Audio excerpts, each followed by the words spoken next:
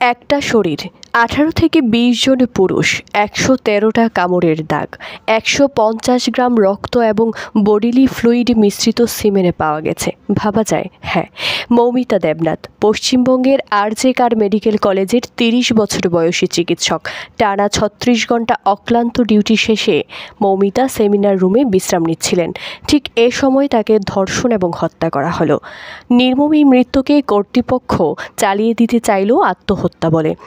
দিদি সারা দেহ পৈশাচিক বর্বর আঘাতের চিহ্ন। ভাবতে পারেন, একজন যুবতী সুস্থ মেয়েকে কতক্ষণ গলা চেপে ধরে রাখলে তার চোখের মণি দিয়ে রক্ত বেরিয়ে আসে? পুরো দেহে 113টা কামড়ের দাগ, 150 গ্রাম রক্ত এবং বডিলি ফ্লুইড মিশ্রিত সিমেনে পাওয়া গেছে। সাধারণত একজন সক্ষম পুরুষের সিমেনের পরিমাণ গড়ে 5 থেকে 6 গ্রাম।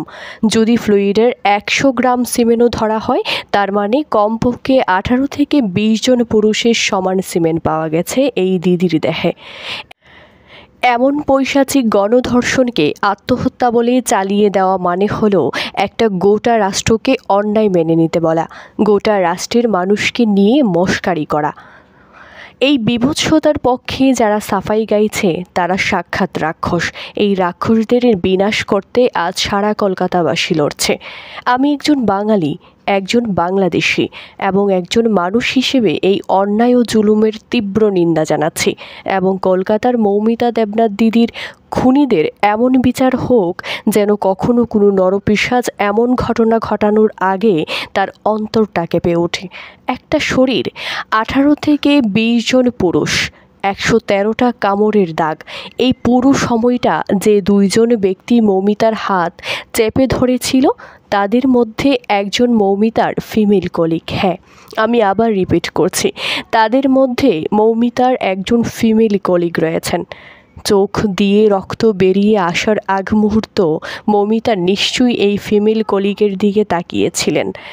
চোখের ভাষায় বারবার বোঝানোর চেষ্টা করেছিলেন, আমাকে বাঁচাও, তুমিও তো একটা মেয়ে।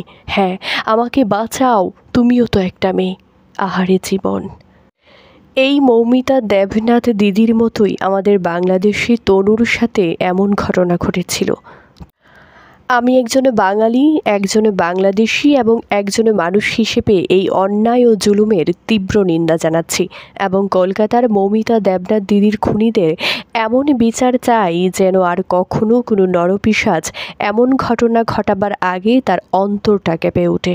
আপনি ভাবতে পারেন, একটা শরীর, 18 থেকে 20 জন পুরুষ, 113টা কামড়ের দাগ, পুরো দেহে 113টা কামড়ের দাগ, 150 গ্রাম রক্ত এবং বডিলি ফ্লুইড মিশ্রিত সিমেন্ট পাওয়া গেছে।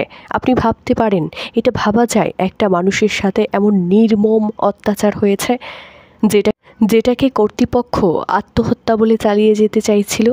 আপনি কি মনে করেন? ধন্যবাদ।